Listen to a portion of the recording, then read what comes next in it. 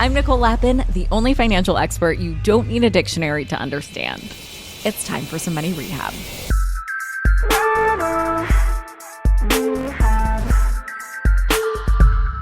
So one of my biggest pet peeves is when so-called financial experts encourage people to sweat the small stuff and tell you to go cut out your morning latte because those little expenses add up. I say in the finance world, you should actually sweat the big stuff. I mean, why skip the $5 latte when instead you could lower the APR on your credit card and potentially save thousands of dollars? Sure, $5 lattes do add up, but not like the thousands of dollars of savings do. In relationships and in life, it's the small stuff that matters most. It's all about the little things. But in finances, it's all about the big things. And of all the big things you could sweat, one of the biggest biggies is taxes. Lowering your tax burden can change your life. I know that sounds cringy to say out loud, but the tax code where you live seriously affects how much money you hold on to throughout the year. In fact, many savvy business people uproot their lives and move to a more tax-friendly state. Jeff Bezos, for example, just recently relocated from Washington state to Florida. This move is expected to save him $430 million in taxes. Even if you're not a millionaire, setting up roots in a more tax-friendly state can save you a whole lot of money, so I am not kidding when I say it could change your life. And you still might think that moving for taxes sounds a little crazy. Kind of like 90 Day Fiancé move to another country to marry someone you've never actually met kind of energy. But it really does happen. In fact, a recent study found that the pandemic accelerated moves from higher tax states to lower tax states. So either there are more tax nerds out there than you think, or this is a real money move that you should consider. Let's take a look at which are the best states to call home. We financial experts don't always agree, but for most of us, Nevada, Wyoming, and Florida pretty consistently get top placement on our good lists.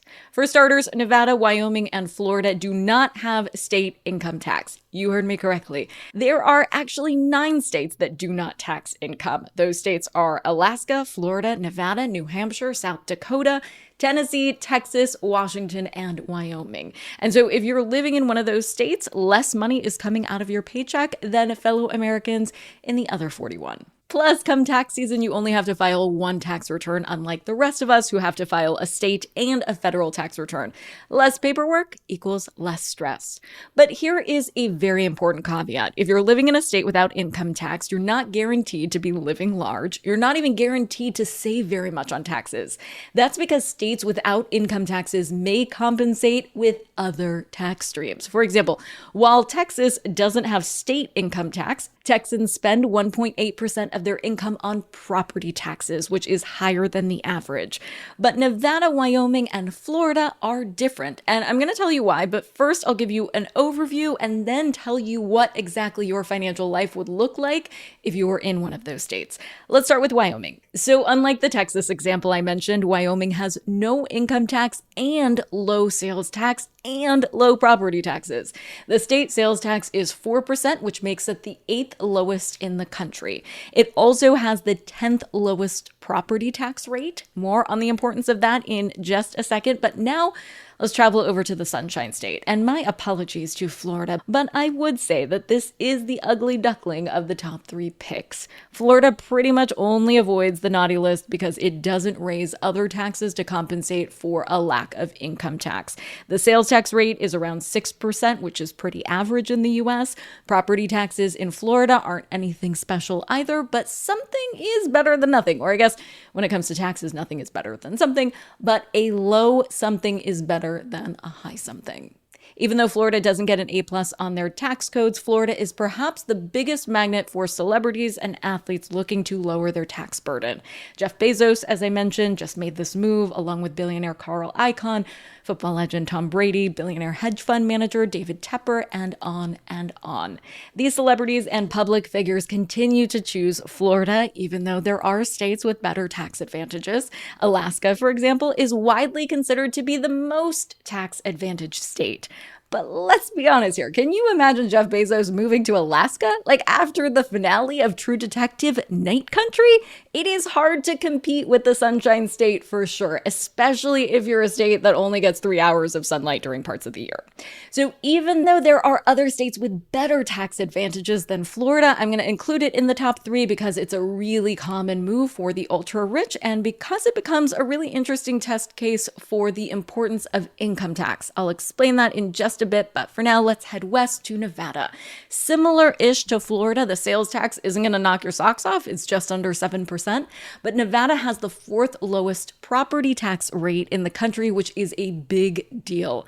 I know that so far this has been pretty abstract, so let's take a look at what it would be like to actually live in these states, and let's compare and contrast with my home state of California, because here on Money Rehab, we face our finances head on. Let's imagine you own a $400,000 home and you're making $70K a year. What are our state rankings when we're looking at property taxes?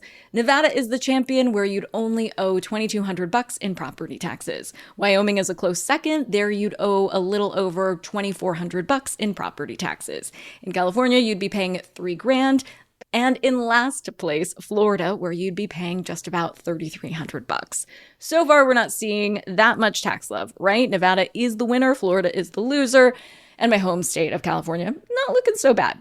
But wait for it. Now we're going to add that layer of income tax. At $70K a year, you're going to owe around $8K in federal taxes. So across all of our state examples, we're going to bump our take-home pay down to $62,000.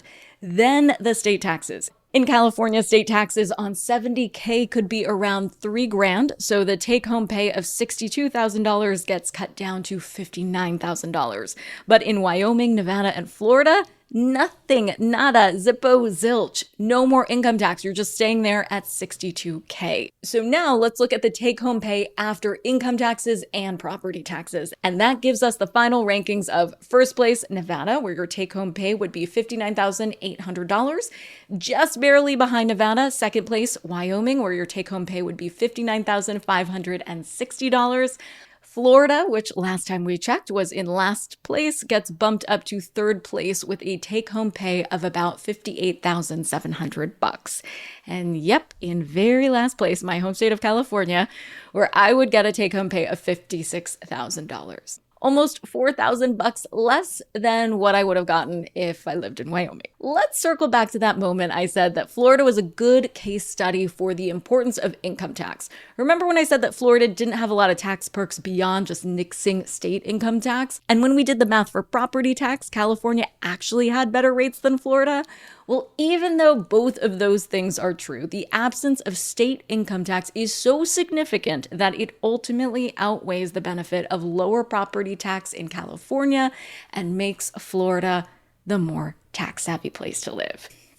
So yeah, I do love living in California, and it makes all the sense in the world for my career because there are more television studios in Los Angeles than there are in Nevada.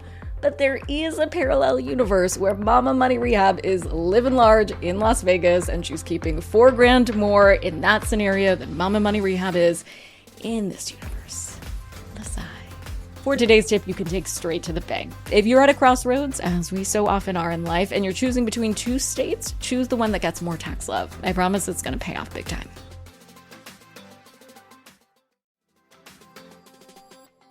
Money Rehab is a production of Money News Network. I'm your host, Nicole Lappin. Money Rehab's executive producer is Morgan Lavoie. Our researcher is Emily Holmes.